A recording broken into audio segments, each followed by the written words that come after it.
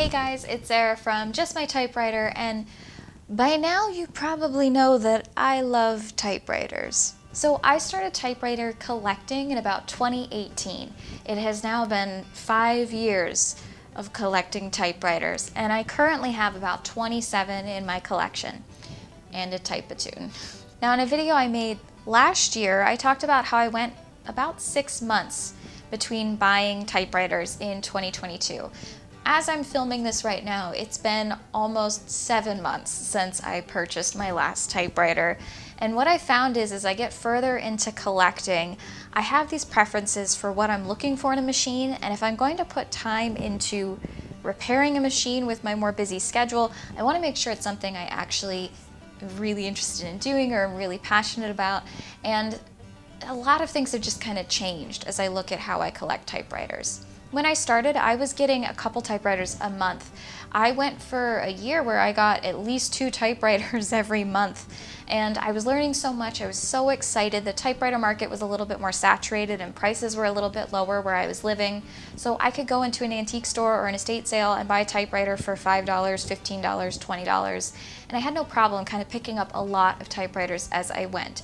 More recently, I've noticed, at least where I am, the prices have gone up quite a bit. There's a lot fewer machines to kind of pick from, and as someone who has a tendency to have a bit of a saving problem or hoarding problem, I've really been trying to think more proactively about how I collect things and how I can share a bit more of my collection and not feel like a dragon, like sitting on a pot of gold, keeping everyone out of my cave. So I went through my collection and typed on every single typewriter I owned back in November of 2022. And as I was using all these machines, I was learning about my preferences. I found that I really like portable machines, even though I have quite a few big desk models. I really like buying portable machines. I like machines from the 1940s and 50s. I have a lot of 1950s machines. I seem to have a brand preference for Smith Coronas, specifically the 5 series. I found that certain key shapes I like better than other ones. Like I have a Remington travel writer, which I love using, but I found that I hate the key shape. All of a sudden I woke up one day and was like, I don't like how my fingers feel on these keys. Some of these things are stuff that I've never thought of before because I just wanted to buy every typewriter I saw. Now I've consistently sold quite a few typewriters throughout the past couple years.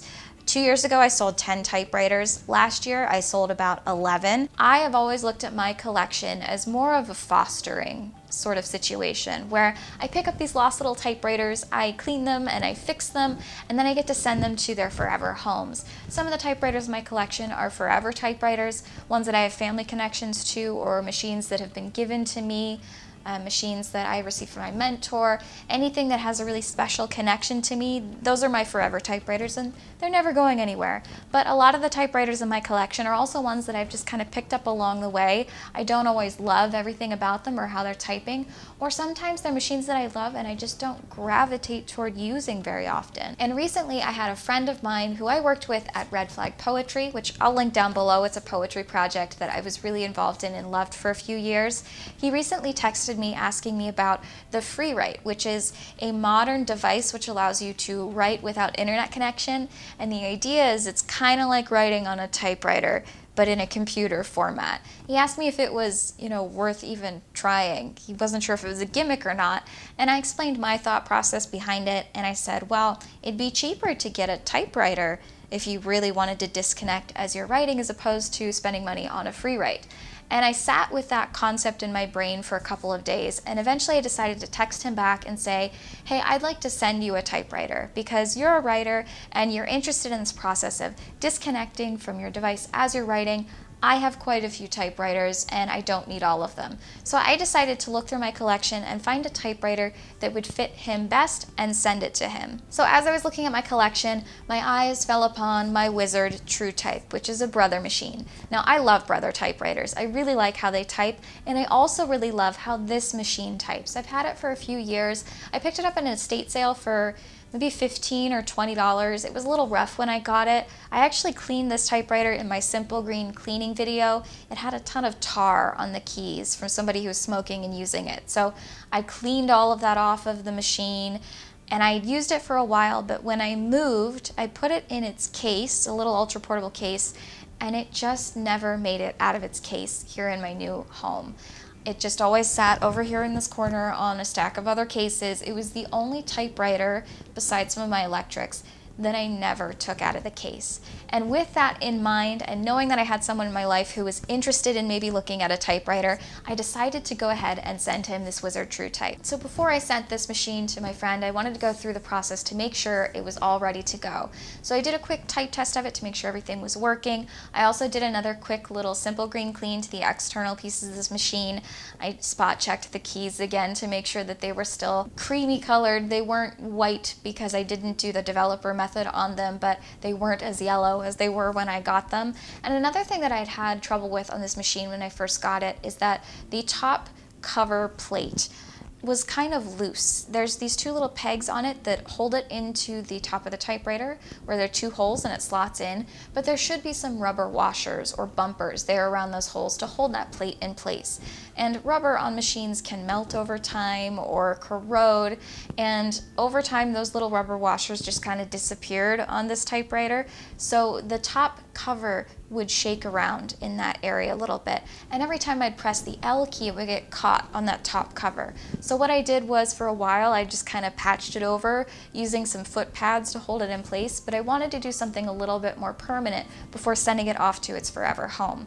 So I took a trick that I learned from Typewriter Chicago, and I took some auto hosing and I cut it down to size and then hot glued it in place to kind of replace those rubber washers that were there to hold that top cover in place. Once I had it cleaned and I had the top cover acting appropriately, I also wanted to make sure I did another final type test before sending it off to its new home. Now, there are a couple challenges when it comes to sending someone a typewriter.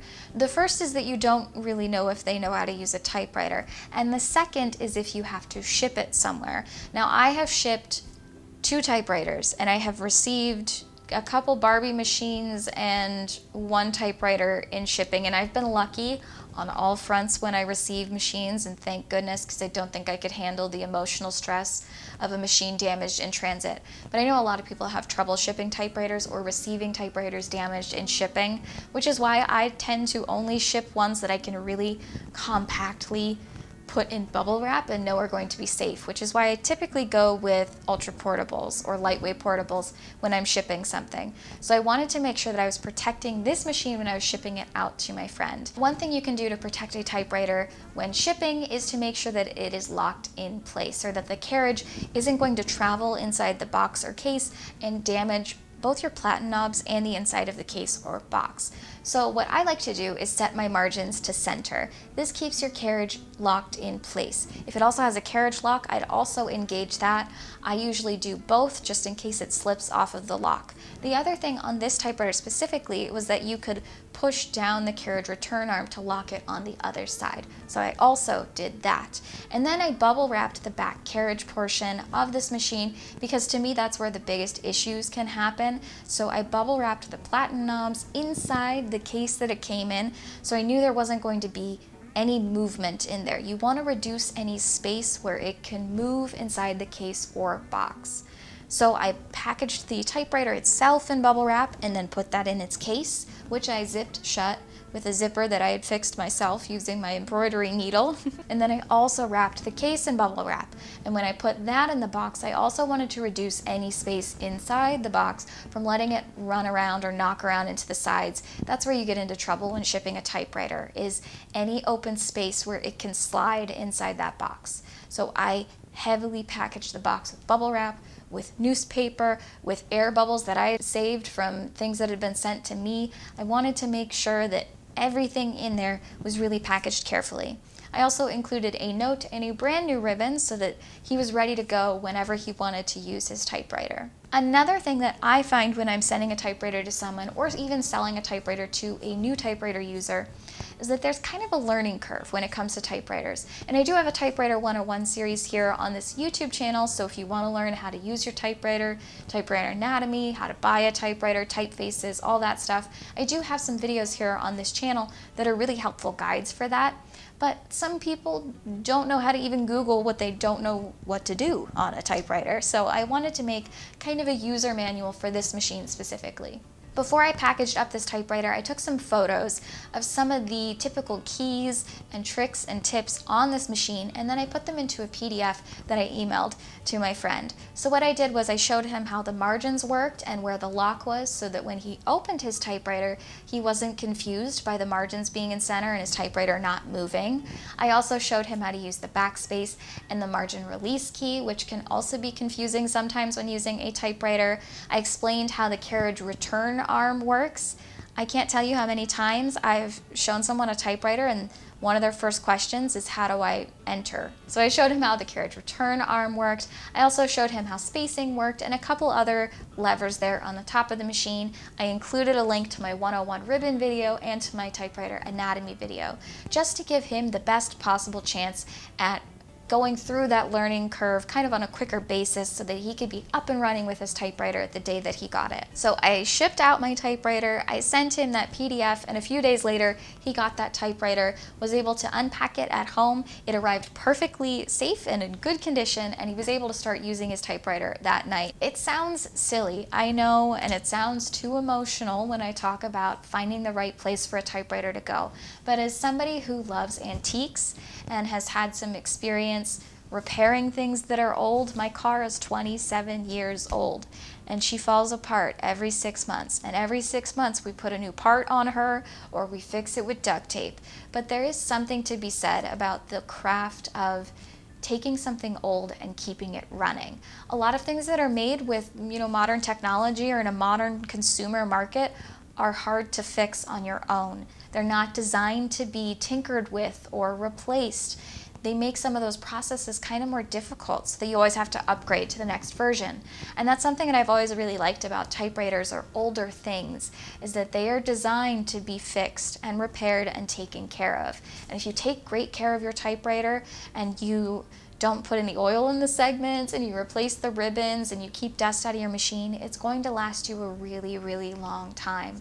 Much longer than we'll ever be here. These are the kinds of things that keep me up at night as I'm sitting there thinking about the machines and what I'm going to do with them and how I have too many. And it's a whole part of collecting that I don't know if it always gets talked about by people who actually collect, because we like to show the things that we have. But it's also important to think about having things and sharing them with other people. So I've tried to look at my collection a little bit more from that lens more recently. I'm not buying as many, and I'm trying to find the right homes for the machines in my collection. If you're interested in other typewriter content, I do have some other videos on this YouTube channel, as well as on Instagram at just.my.typewriter. I want to thank you all so much for watching, and remind you, you're just my typewriter.